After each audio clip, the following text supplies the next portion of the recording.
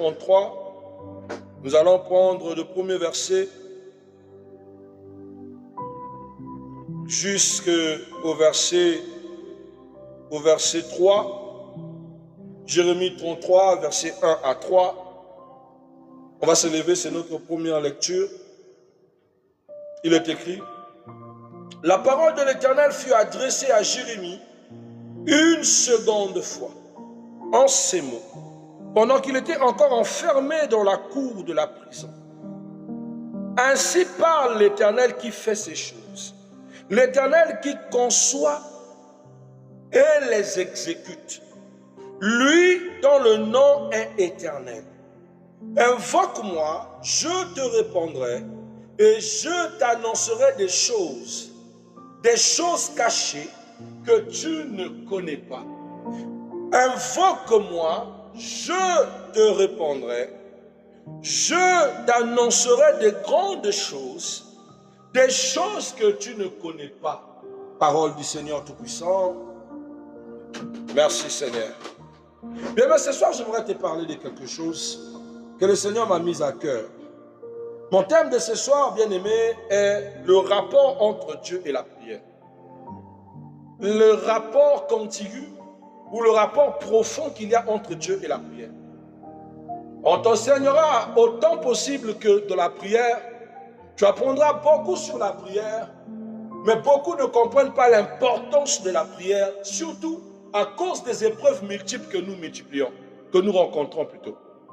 Souvent à cause des problèmes qui t'arrivent, tu te leurres face à l'importance de la prière, à la raison pour laquelle tu dois prier.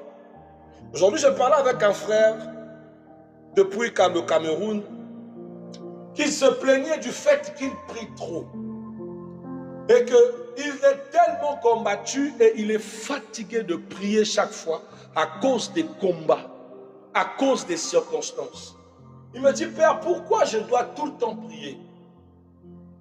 Je dis: mais la Bible nous dit dans 1 Thessaloniciens chapitre 5, le verset 17, priez sans cesse. Il me dit: j'en peux plus de tout le temps prier.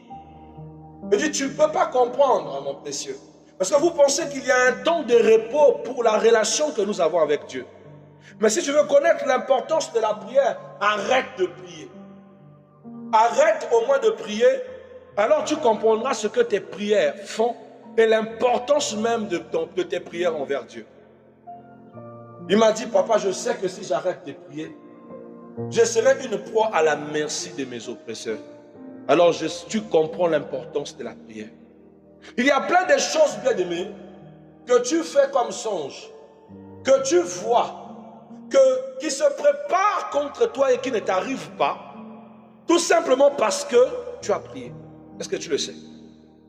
Que souvent tes simples et faibles prières, Dieu les utilise énormément ou sont un grand apport pour ta propre vie et même pour ta propre sécurité.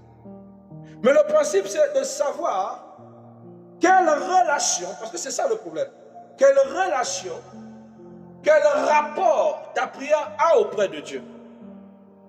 Est-ce qu'elle est importante? Est-ce qu'elle est utile? Parce que le plus souvent on prie pour des choses, on demande des choses, et ce n'est pas celles qui nous arrivent. Et des fois on prie pour certains, et ceux-là sont exaucés. Mais qu'est-ce que la prière fait réellement dans notre relation avec Dieu? C'est quoi le rapport? J'aime la Bible, il dit: avant même que vous ne puissiez parler, Dieu sait ce dont vous voulez lui dire. Nous sommes dans Matthieu chapitre 6, n'est-ce pas? Je pense le verset 7. Il dit: avant même que vous ne parliez. Si Dieu sait qu'on a déjà des choses à dire, pourquoi faut-il prier? C'est une bonne question, non? Docteur mieux se taire, il sait ce dont nous voulons. Mais c'est le même qui nous enseigne, c'est Jésus, mais qui a l'attitude de la prière la plus pieuse, respectant son intimité avec son Dieu. Prions chaque moment. Pourquoi nous lègue-t-il la prière? Mais quel est le rapport qu'il y a entre la prière et Dieu? Bien aimé, vous devez savoir que la prière est souvent réduite à une liste de demandes adressées à Dieu. Pourtant, bibliquement, elle est beaucoup plus profonde. Car la prière est un langage de la relation entre Dieu et l'homme. Dieu parle, l'homme écoute. L'homme parle, Dieu écoute. Dieu révèle, l'homme reçoit. Ah, ça, ce sont dans les codes et dans la disposition de la prière. L'homme demande, mais Dieu répond selon sa volonté. Alléluia. Ainsi, la prière, bien aimée, n'est pas simplement parler à Dieu, mais c'est entrer en communion avec Dieu. J'aime la Bible dans Jacques chapitre 4, verset 8. La Bible dit, approchez-vous de Dieu et il s'approchera de vous. Et beaucoup pensent que s'approcher de Dieu, bien aimé, c'est prendre son sac et aller à l'église forcément. Beaucoup pensent que s'approcher de Dieu, c'est aller chanter à l'église, c'est prêcher à l'église. Oh bien aimé, la communion avec Dieu, bien aimé, n'est pas physique. C'est un acte plus spirituel et encore plus profond. Elle est liée à la communion, c'est-à-dire à la communication, à la conversation, à la pratique de la volonté de Dieu. Amen. Dans le fait de prier, le fait de mettre en exercice la volonté de Dieu, c'est ça qui est l'action de s'approcher de Dieu. Voilà pourquoi la Bible nous dit, bien aimé, surtout pour cette ère, il dit, ce n'est pas n'importe qui dit Père, Père qui entre dans le royaume. Alléluia. Mais ce sont ceux qui font la volonté du Père. C'est donc ceux qui accomplissent la volonté qui s'approchent. Ce n'est pas n'importe qui, hein, qui fait la volonté du Père se rapproche du Père. Mais bien aimé, pour accéder au Père, on nous donne deux moyens. Celui de l'obéissance et celui de la communication. Ah, l'obéissance en faisant sa volonté, la communication par la prière. Donc c'est quelque chose que tu ne dois pas négliger. On ne peut pas s'approcher de Dieu juste parce qu'on a décidé de prendre nos deux pieds pour aller à l'église. Beaucoup vont à l'église, peu vont vers Dieu. Beaucoup vont à l'église pour exécuter la forme, mais pas le fond. Vous comprenez? Beaucoup portent des cols pastorales juste pour le genre. S'approcher de Dieu, c'est une vie, mes bien-aimés. Et cette vie, bien-aimée, se cache dans l'apparence de la Mahomi.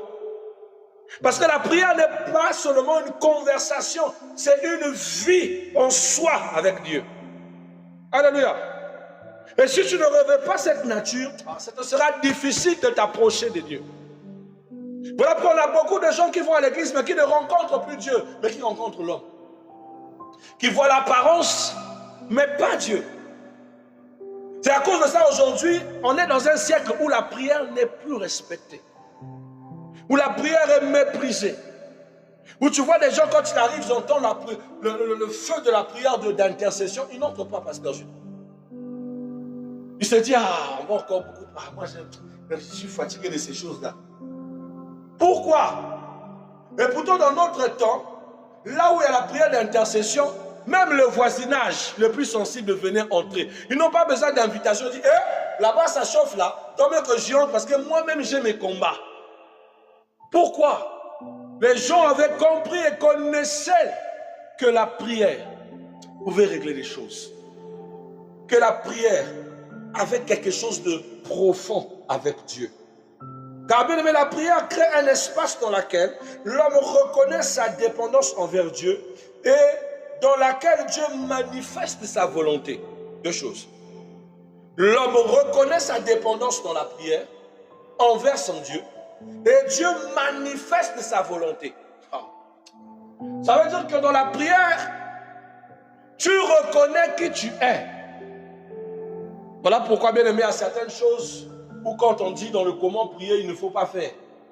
Parce que si dans la prière, tu es là, je prends, je détruis, ce n'est plus Dieu qui agit. Or, celui qui prie doit dépendre. Seigneur, agis, étends, frappe. J'aime beaucoup les psaumes.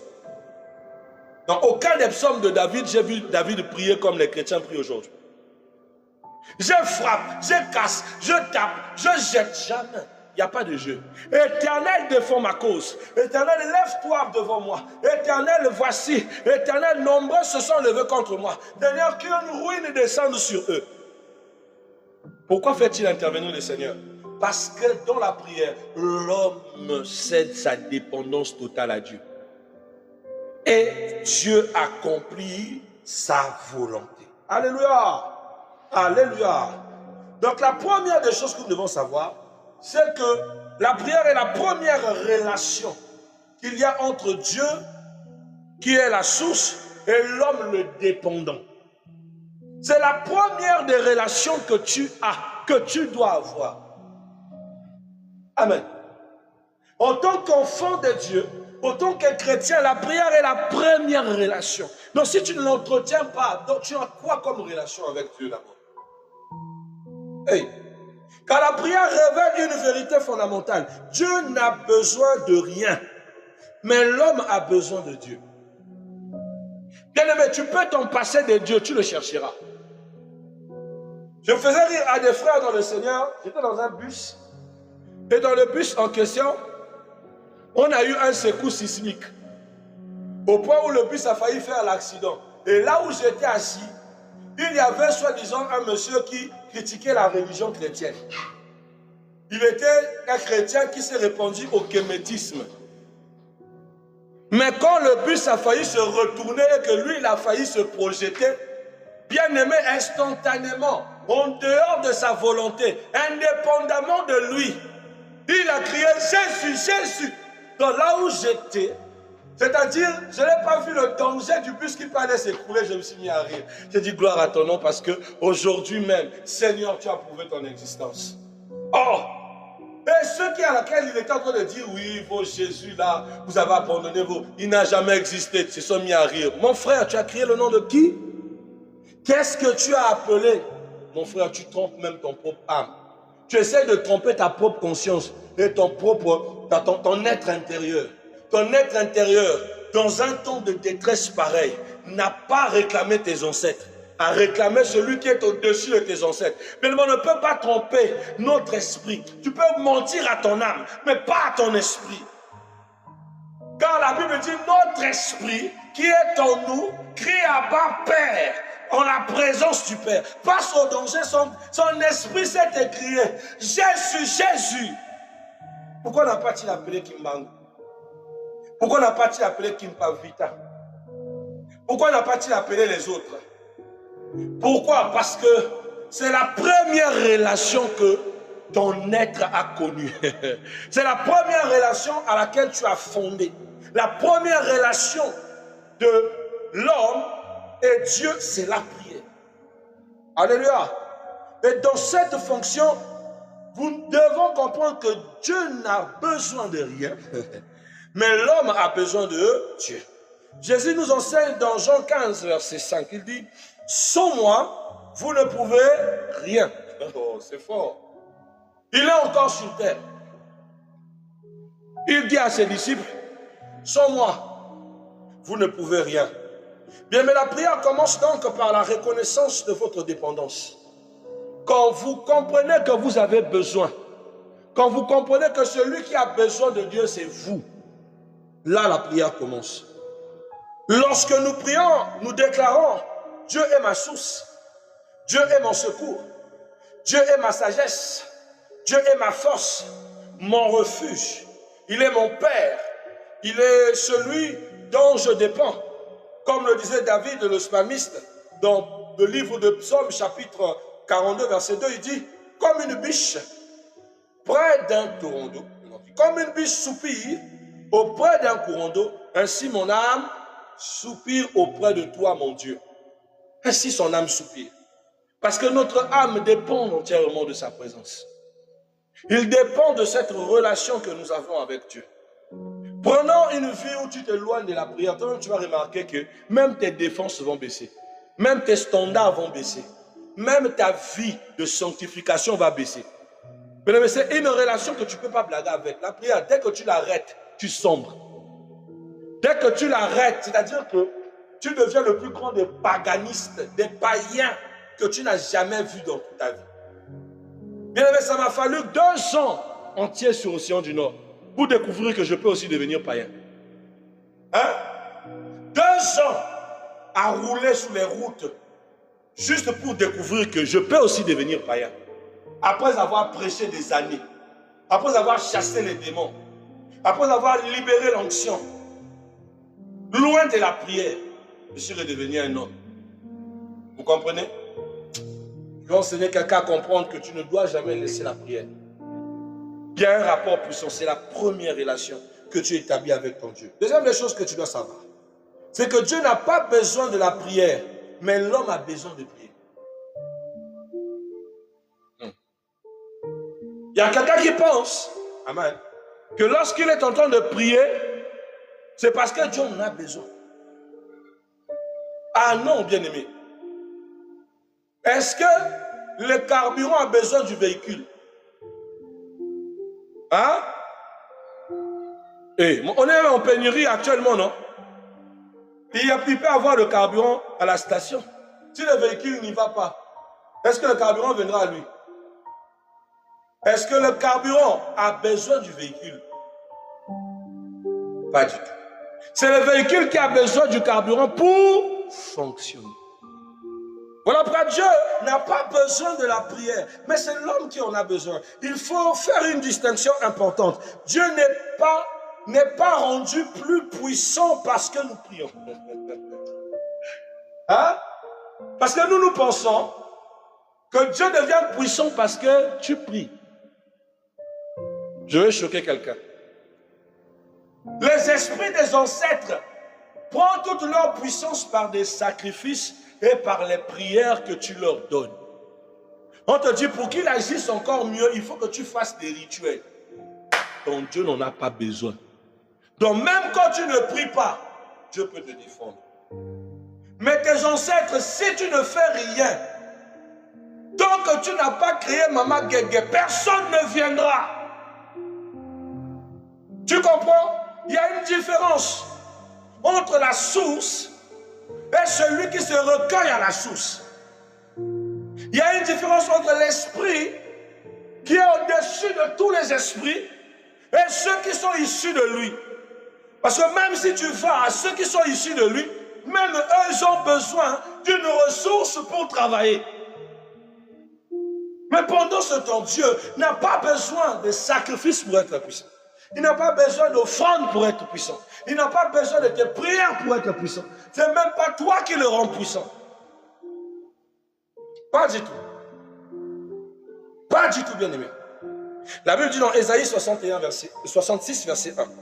Il dit, le ciel est mon trône et la terre est mon marchepied. Une forme d'identification pareille ne peut-il pas te faire peur? Le ciel, son trône. La terre, son marchepied. Bien aimé, je me suis toujours imaginé cette image. Essayez s'il vous plaît, d'imaginer ça. Un être surnaturel, assis au ciel, ses pieds sur la terre. Imaginez la profondeur des ciels ou des cieux. Il est comment pour que son corps, le haut, soit au ciel et ses pieds soient sur.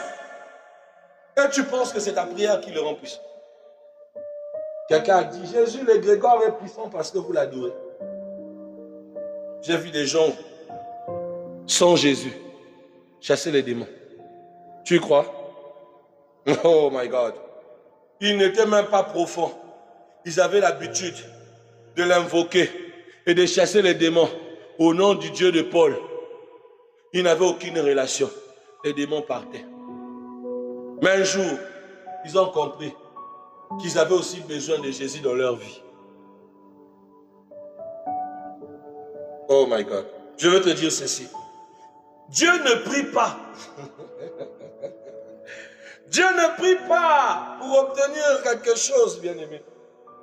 Ça va le servir à quoi? Lui là, il a besoin. Et il faut te supplier toi pour prier. Tandis que Dieu ne prie pas. Est-ce que tu peux comprendre le rapport qu'il y a entre Dieu et la prière? Hein? Dieu ne prie pas pour obtenir quelque chose de quelqu'un ou de qui que ce soit. La prière ne complète pas Dieu. Elle transforme et aligne l'homme. Elle ne complète pas Dieu.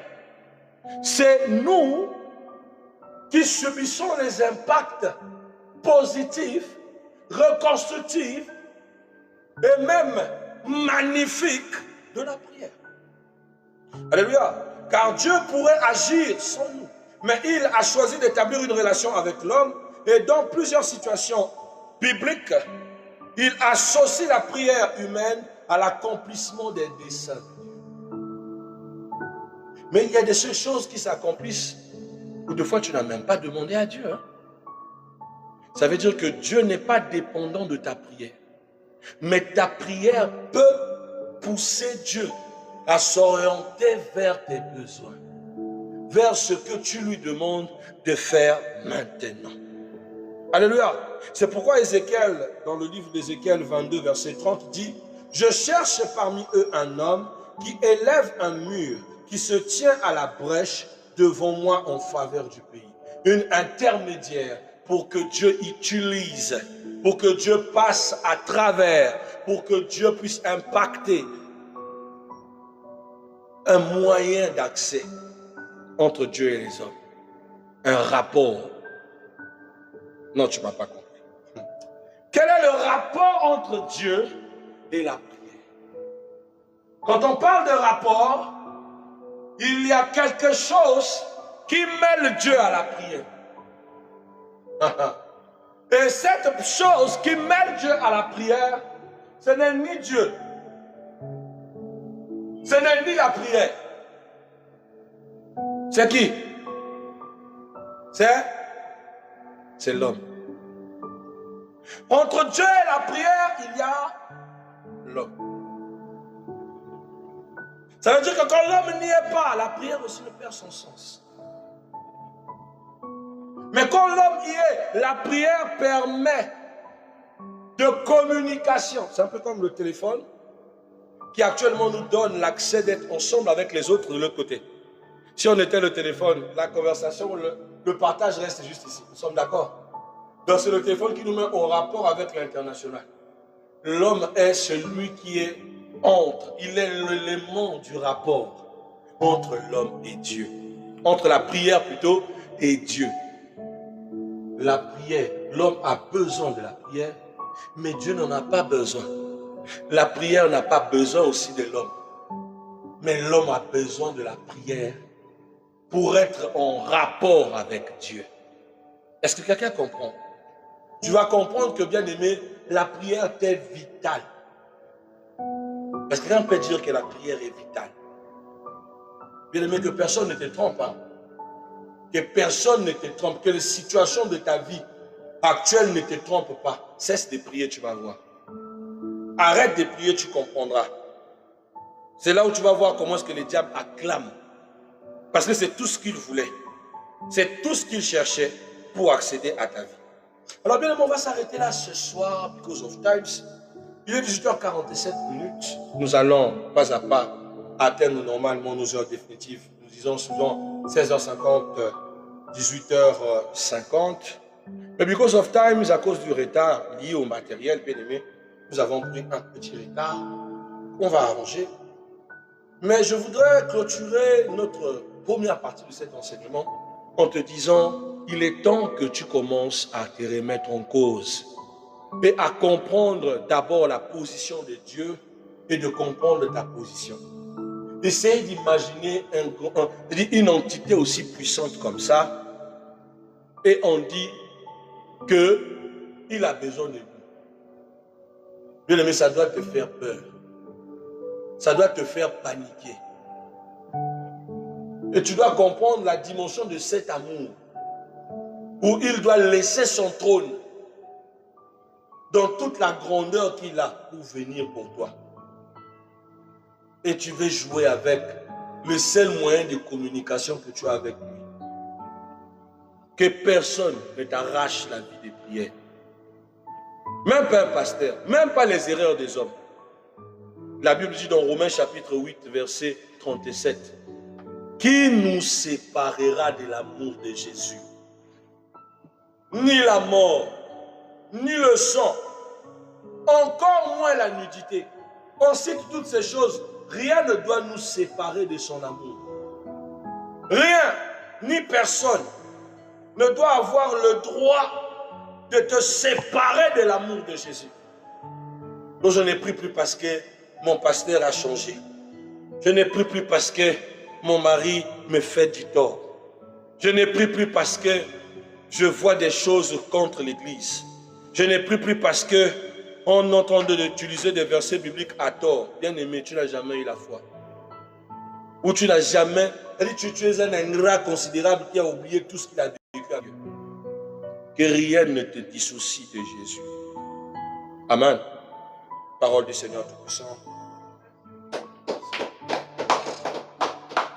Voilà, louange à notre Seigneur Jésus-Christ bien-aimé. Je voudrais dire que le Seigneur te donne de la force. Que le Seigneur remplisse ton cœur et que tu ouvres les yeux pour comprendre ce qu'il est pour toi. Que la vie de la prière, la maombi, soit permanente dans ton cœur et permanente dans toute ta vie. Que personne ne t'arrache de son chemin. J'ai pris que tu comprennes que aussi grand qu'est l'Éternel sur cette terre et même dans le ciel, bien-aimé, c'est toi qui as besoin de Dieu. C'est toi qui as besoin de Dieu. Je disais ça à un frère pasteur, l'homme de Dieu. Tu es au service de Dieu, mais ne crois jamais un jour que tu es important dans le sens où si tu ne fais pas, Dieu cesse d'agir. Quand tu penses que tu es indispensable, un jour tu feras ce que le jeune prophète a vécu. Ayant une destinée, une mission, mais interrompue encore en route, quelqu'un d'autre a repris le chemin. Donc arrête de penser que tu es plus important que la mission. Et que si tu arrêtes la mission, ça s'arrête avec toi. Dieu va aller prendre une faible plante qu'il va élever pour reprendre ce que tu as jeté. L'orgueil nous pousse à penser que Dieu a besoin de nous. L'orgueil pousse beaucoup à penser que Dieu a besoin de nous. J'aime quand le Seigneur me réveille. Me dit, lève-toi, le peuple a besoin de toi. Ah! Il ne me dit pas, hé, tu as besoin de moi. Il ne me dit pas, hé, j'ai besoin de toi, lève-toi. Le peuple, hein? Quand on parle des serviteurs de Dieu, on dit au service du...